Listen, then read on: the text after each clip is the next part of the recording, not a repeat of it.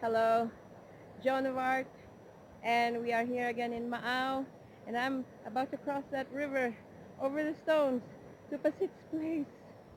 So let's do the challenge. Oh dear, I cannot film myself when I cross this river, but just imagine the hardship that they go through every day of their lives crossing this river. Finally, this is now the house of Pasit building the foundation. There she is, and that will be her room, and the extension called the Palayas right here, right at that very spot. We will put a Palayas for her living room, living area. Wow.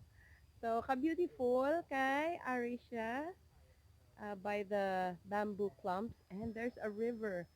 So she has a river view, and she can hear the gurgling of the river. That's wonderful. And a mountain view as well. That's Mount Canlaon out there. Wow! Anong masiling mo ng Pasit?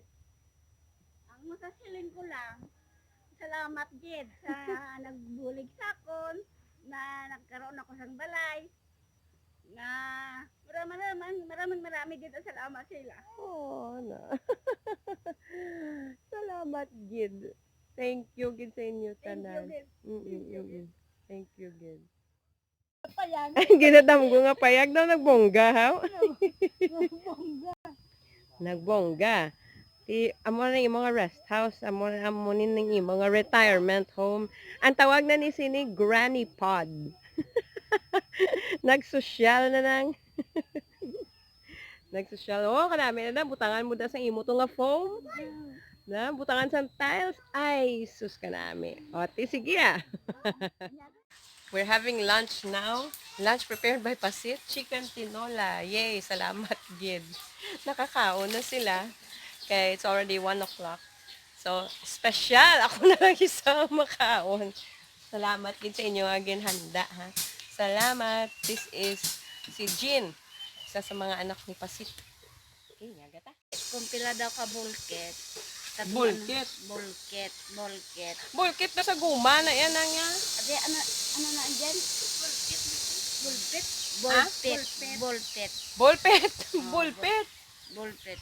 Bulpit doy. Do na yang bulpit. Bakit mas mayo? Ano kung ano mang parang kao ito niya, kala niya? Bulpit. Boldit. Bol. Board fit. Board fit. Board. Board. Ballpit. Board pit. Ah, board Ballpit. fit. Okay, that's all. Pila na to pa. Pila ka board Kasi pit. 30 raw na kabilog ang kailangan ni Mayo. Mhm. 30 kabilog. Mhm. Pero siling ko kung kaigo na na. Hambal niya, kaigo na na ang 30. Pero, Okay na na, okay na okay na. na ang 30. Okay, this is the typical sound here in Maao, and we are witnessing the building blocks of Pasit's house. Alright. Here we are again. We've come from Pasit's house, and now it's time to go home. And back through that river. So that's a challenge for us here. I'm just sorry that I'm not able to show you how it goes through there because I don't have a tripod or anything.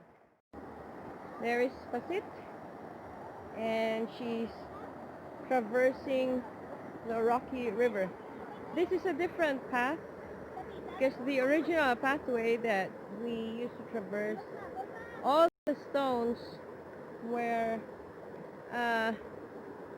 all taken down streams because of the huge swelling of the river.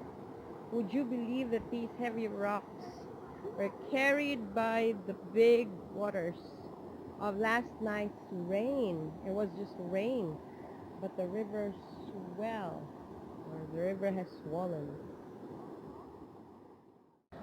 So the technique is to remove your slippers or flip-flops, and your feet have to be really steady and get a grip on the stones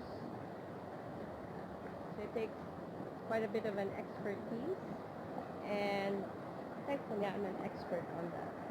This is Jean, Pasit's daughter, and that's Bernard, her son.